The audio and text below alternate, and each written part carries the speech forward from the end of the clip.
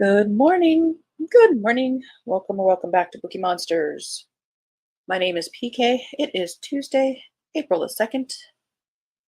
Hope you're having a good day slash week. Thank you for watching. If you're watching it live, thank you very much. If you're watching it later, thank you very much.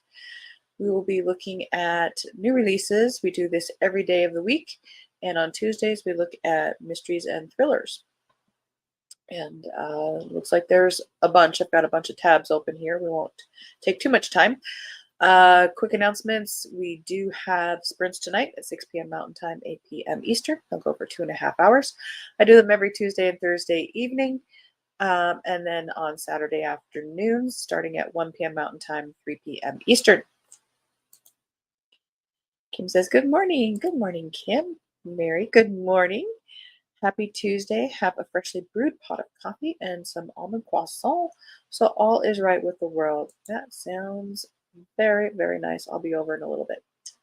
Kim, I plan to go back to sleep after this. Oh, I wish. That'd be so nice.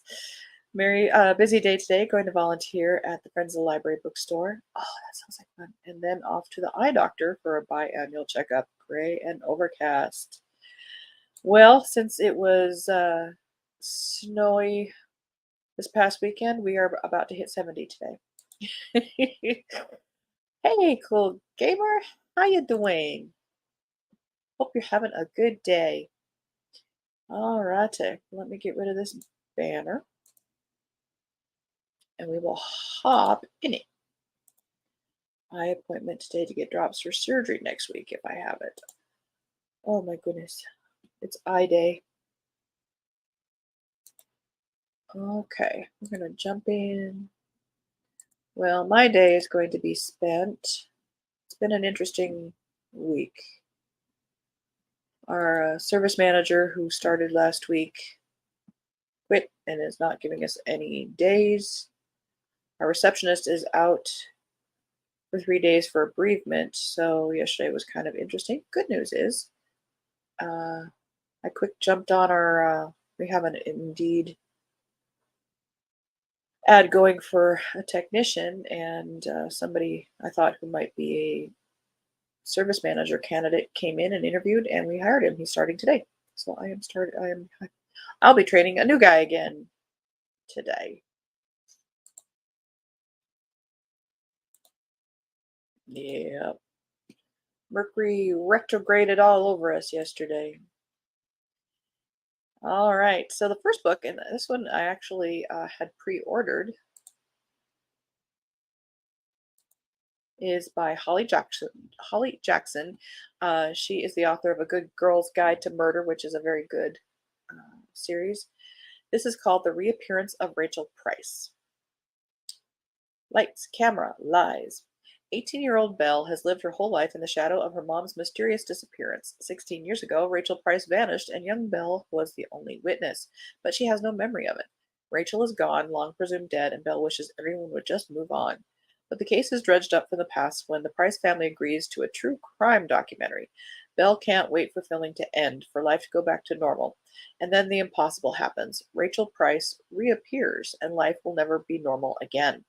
Rachel has an unbelievable story about what happened to her. Unbelievable because Belle isn't sure it's real.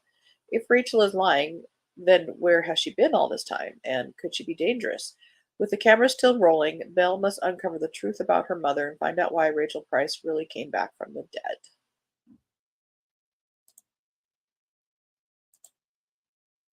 And I'm sure there's going to be at least one twist, maybe more. I had an idea it was a service manager game when you mentioned it the other day. What is it with folks that leave like that? Yeah. And this guy is, there's all kinds of little twists to this service manager story. He is the husband of our new salesperson. So we're just kind of like, hopefully I think she's going to stay. But for a 27-year-old, for a guy who was in the military, he is of his generation. He is very much a snowflake. It's very bizarre to see it in person. The Murder of Mr. Ma by S.J. Rosen, a very big name in mysteries, and John Shenyani. Okay. This is for fans of Guy Ritchie's Sherlock Holmes films. This stunning swashbuckling series opener by powerhouse duo of authors is at once comfortingly familiar and tantalizingly new. Two unlikely allies race through the cobbled streets of 1920s London in search of a killer targeting Chinese immigrants. London, 1924, when shy academic Lao She meets larger-than-life Judge de Ranji, his quiet life abruptly turns from books and lectures to daring chases and narrow escapes.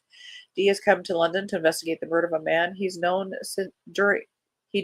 during World War I when serving with the Chinese Labor Corps. No sooner has Dee interviewed the grieving widow than another dead body turns up, then another, all stabbed to death with a butterfly sword. Will Dee and Lau be able to connect the threads of the murders, or are they next in line as victims? Well, if it's the start of a new series, then I believe they will solve this crime. What does he last in the service? Couples that would find it tough, I would think. Good, you have somebody already in the saddle. Here's hoping. Me too. Me too. Yeah, I don't know. He's definitely seems to have a pattern of running away. He said he only lasted 4 years in the military because he signed a contract. He would have run away. She's Not Sorry. By Mary, I've never known how to say her last name. Kubica? Everyone has secrets, but not everyone has remorse. A terrible accident. Megan Michaels is trying to find balance between being a single mom and working full-time as an ICU nurse when a patient named Caitlin arrives in her ward with a traumatic brain injury. They say she jumped from a bridge and plunged over 20 feet to the train tracks below. A shocking revelation. When a victim comes forward with new details about Caitlin's fall, it calls everything they know into question. Was Caitlin actually pushed? And if so, by whom and why? No one is safe. Megan lets herself get close to Caitlin until she's deeply entangled in Caitlin's and her family's lives. Only when it's too late does she realize that she and her daughter could be the next victim.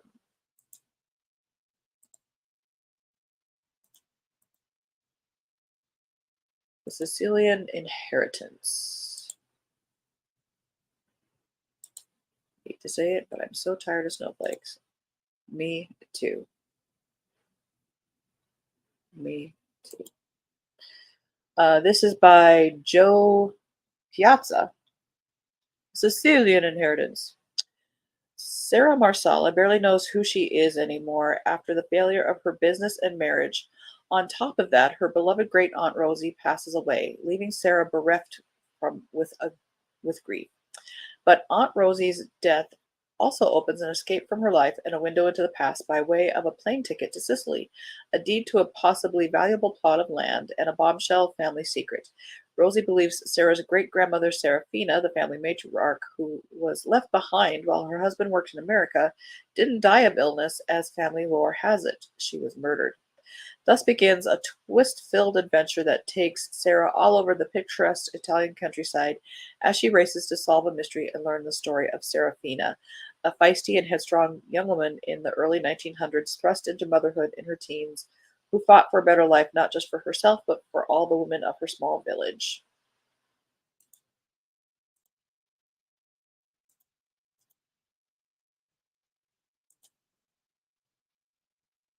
But it's very interesting to observe a snowflake like this. And I partly blame the education system. And I've boiled it down to they've been told what to think and not how to think. So that creates a very judgmental black and white form of thinking. And it also does not help them in the real world where they have to think for themselves and all that pertains in the work world. It's very pathetic, and they created this. Yeah, that's all I'm going to say. The Reaper Follows by Heather Graham, another big name. Death comes for everyone. Deep in the Florida Everglades, the body of a woman is discovered in pieces, presumably ravaged by an alligator. Upon closer inspection, which I would not do, it's determined no animal could make such perfectly precise cuts. Only a blade could do that, wielded by a human. Yeah, the alligator has a blade. Soon dozens of oil drums emerge amid the river of grass, each one packed to the brim with body parts. Okay. Yeah. FDLE Special Agent Amy Larson and her partner FBI Special Agent Hunter Forrest, all his parents hate him, share a bad feeling that extends beyond the horrifying nature of the grim discovery. They've seen this kind of sadistic killing before, and when a small beige horse, does it matter that it's beige, is discovered at the bottom of one of the barrels, they know exactly what it means. The fourth horseman of the apocalypse rides a pale horse, and his name is Death. With so many bodies to identify, connecting one victim to the next is easier said than done. But finding a pattern in the chaos might be the only way Amy and Hunter can zero in on the killer, testing their skills as agents and their relationship like never before. And when the disturbing trail of clues signals these slayings are just the beginning, the agents will have to return to where it all started before it's too late. The apocalypse is coming, and Hunter and Amy have only one chance to stop it, even if it means sacrificing each other.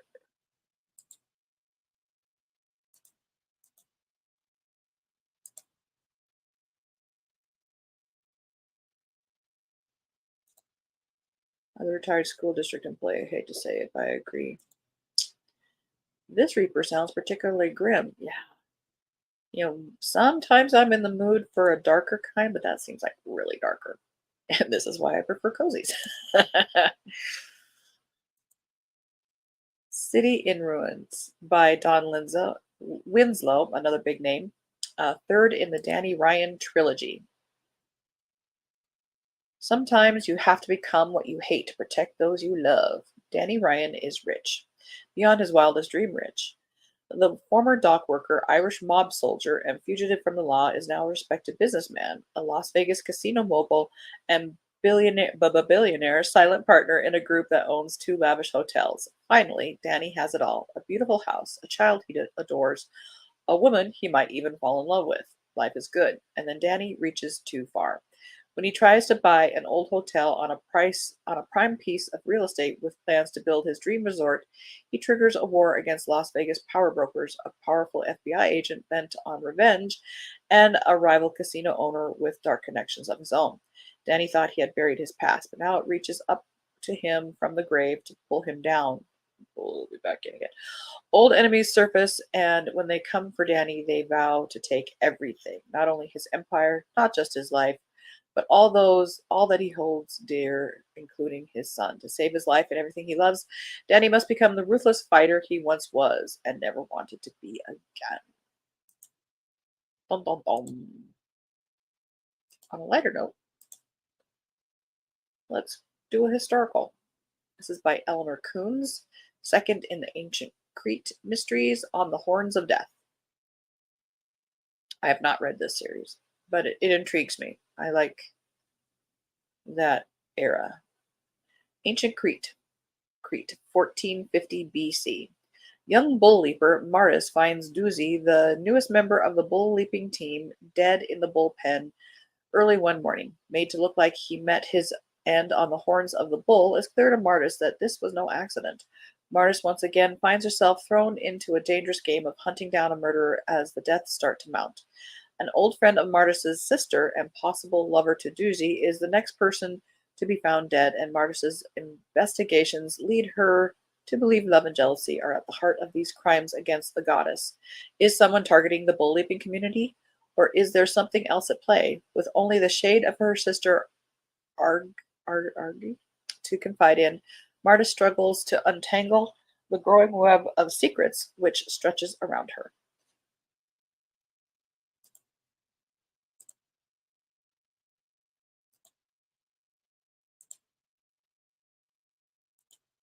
I have enough problems with nightmares. Woke up from one this morning. Ugh, I hate those. So sorry, Kim. Very unsettling to say the least. No wonder you're going back to bed after this. Yeah, let's program some good dreams. Or you wonder how big the bull leaping community is. Thanks. Yes, I couldn't go back to sleep. I'd like to get another hour at least. Ah, that sounds lovely. Nosy Neighbors by Freya Sampson. Nothing brings neighbors together like someone else's secrets. At Shelley House, the walls have ears, and they're attached to a ragtime duo of busybodies ready to pry, snoop, and generally annoy their neighbors into solving a crime. 77-year-old Dorothy Darling has lived in Shelley House longer than any of the other residents, and if you take their word for it, she's as cantankerous as they come. But Dorothy has her reasons for spying, and none of them require justifying herself to Cat Bennett. 25-year-old Cat has never known a place where she felt truly at home, and crumbling Shelley House is no different. Her neighbors find her prickly and unapproachable, but beneath her tough exterior, Cat's plagued by a guilty secret from her past. When their apartments face demolition, sworn enemies Cat and Dorothy agree on just one thing: they must save their historic building. But when someone plays dirty and one of the residents is viciously taken down, Dorothy and Cat seek justice. The police close the investigation too soon, leaving it up to the unlikely amateur sleuths with a playful Jack Russell Terrier at their side to restore peace in their community. We like our murders light. Thank you. Never Come Back, a thriller by Joe Hart, second in the Nora Tavish series. Finding the truth in a family shattered by lies, betrayal, and murder is a deadly gamble. And Joe Hart is an Edgar Award-winning author. Family advocate Nora McTavish is settling into her new practice when she receives a call from Tess Grayson, a childhood friend she hasn't spoken to in years. Tess is entangled in a custody battle with her ex-husband, Neil, a popular professor at a local university. It's getting vicious and dangerous. Rumors are swirling of Neil's affairs with students, one of whom was found bludgeoned to death.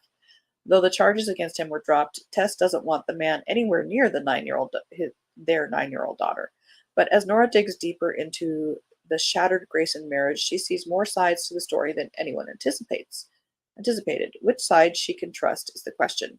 Old secrets and lies are beginning to emerge, some from Nora's own past, and as suspicions begin to shift, another murder draws Nora perilously close to a killer. This time, she's not just betting her reputation on a case, she's betting her life on it. Matterhorn by Christopher Reich, another big name. First in the Mac Decker world, shall we say. A sudden family death and an old nemesis bring retired agent Mac Decker in from the cold in this alpine thriller. Robbie Steinhardt lives a peaceful life. A fixture of his small alpine village, he tends cattle, minds his own business, and doesn't dwell on his former life and the family and lover he left behind, back when he was Mac Decker, CIA. But when he learns his son Will died following in his footsteps, he needs answers. What mission took Will up into the Alpine Heights, and why is Ilya Ivashka on the same trail? Ilya, his close friend, his rival in love. Ilya, who framed Mac for treason and sent him into hiding. Wiping away the years, Mac returns to the field to find the secrets Will hid and finds himself facing the Herculean task of stopping a terrorist plot that threatens thousands. But in a field of double agents, who can he trust? Ash Dark as Night by Gary Phillips, second in the Harry Ingram mysteries. Follow-up to One Shot Harry. A fearless crime photographer and occasional private eye, Harry Ingram finds himself in the LAPD's crosshairs after capturing damning evidence of police brutality. Los Angeles, August 1965. Anger and pent-up frustrations boil over in the Watts neighborhood after a traffic stop of two black motorists. As the Watts riots explode, crime photographer Harry Ingram snaps photos at the scene, including images of the police as they unleash batons, dogs, and water hoses on civilians. When he captures the image of an unarmed activist being shot down by the cops, he winds up in the hospital, beaten, his camera missing. Proof of the unjust killing seems lost until Ingram's girlfriend, Anita Clare, retrieves the hidden film in a daring rescue. The photo makes front-page news. A recuperating Ingram is approached by Betty Payton, a comrade of Anita's mother, who wants Ingram's help tracking down her business associate, Moses Mose Tolbert, last seen during the riots. Ingram follows the investigation down a rabbit hole of burglary rings, bank robberies, looted cash, and clandestine agendas, all while grappling with his newfound fame, which puts him in the sightlines of LAPD's Secret Intelligence Division. An important period in time. Might be difficult to read. The Hallow Tree.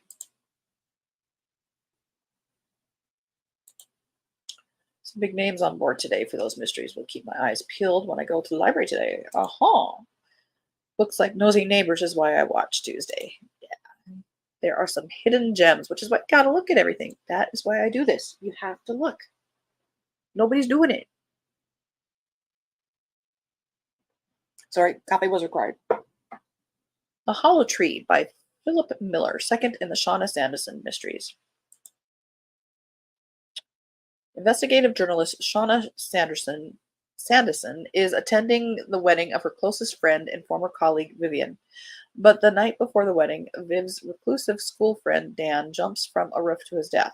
Shauna is the only witness to the suicide, and so the only person who saw the occult tattoos covering Dan's body and heard the unsettling mystical phrases he was uttering. The tattoos would still be there when he got to the bottom. Compelled to look further into the tragic incident, Shauna sets off on a quest to find out why Dan killed himself and what happened to Viv's missing brother 20 years prior. Despite knowing that investigating Viv's family will mean she could lose her friend forever, Shauna travels to a small forgotten town in the north of England to investigate an insular group of classmates who have held a dark secret for decades. And sorry, my screen went really dim there all of a sudden. Oh, how about that? Let's be brighter. And then there was light. Oh no. We've got 3 more. We can do this. The First Murder by Carol Goodman Kaufman. When Mary Jane Bennett is found dead in her bed, alone, strangled by her own scarf, and with every door in the house locked, the medical examiner rules her death accidental. Okay, the result of a sex game gone horribly awry. State police decline to investigate further, but Queensbridge Police Chief Caleb Crane doesn't buy for a minute that his good friend died this way, so he undertakes his own investigation. Facing town councilors afraid of bad publicity, an angry medical examiner, and his own personal demons, he labors to solve what he believes is the first ever murder in his pastoral Berkshire Hills village. Complicating things, the list of suspects includes some of the people to whom he is closest, including his own wife.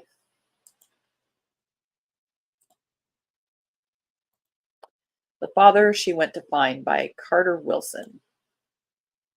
A road trip to find closure or a reckless chase that could turn deadly?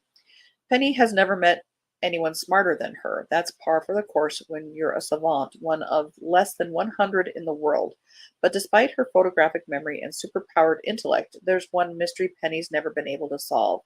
Why did her father leave when she was in a coma at age 7, and where is he now? On Penny's 21st birthday, she receives a card in the mail from him, just as she has every year since he left. But this birthday card is different. For the first time ever, there's a return address and a goodbye. Penny doesn't know the world beyond her mother's house and special schools she's attended since her unusual abilities revealed themselves. But the mystery of her father's disappearance becomes her new obsession. For the first time ever, she decides to leave home to break free of everything that has kept her safe and use her gifts to answer the questions that have always eluded her. What Penny doesn't realize is she might not be able to outsmart a world far more complicated and dangerous than she'd ever imagined. That sounds kind of interesting.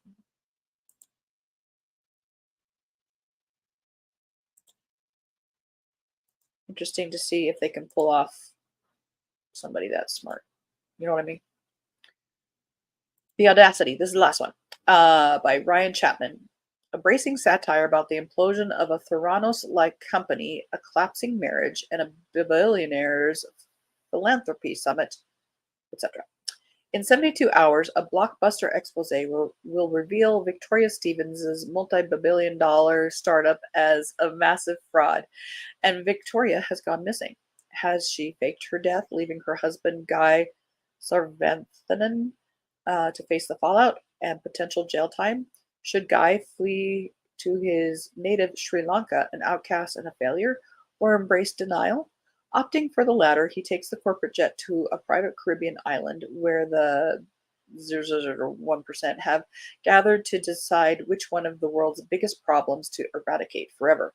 Guy drinks and drugs his way into oblivion through manicured jungles and aboard super yachts amidst captains of industry, legions of staff, and unlikely saboteurs. Meanwhile, Victoria narrates her side of the story from an off the grid location in the California desert. In scribbled diary entries shot through with cultish self help mantras, she plots her comeback, confident she'll prove everyone wrong again. Okay, where's the crime? Why was this as a crime novel? Well, dang it.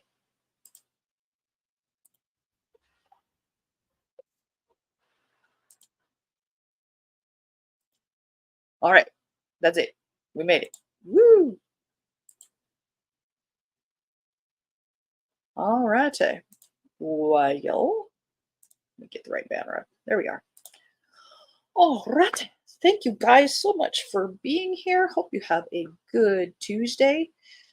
We do have sprints tonight at 6 p.m. Mountain Time, 8 p.m. Eastern. They'll go for 2.5 hours. Bring your own book, work on a project, or just close your eyes after a hard day.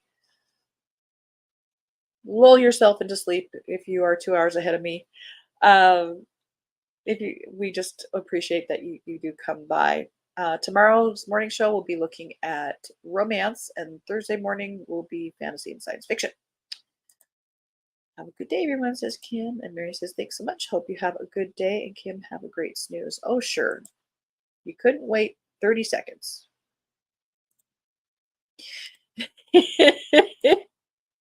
Yeah, and good luck on all your eye appointments today, guys. All right, hope to see you tonight. Have a good day. And as the banner says here, don't be a bookworm, be a bookie monster. Nom nom nom. Have a good day and God bless.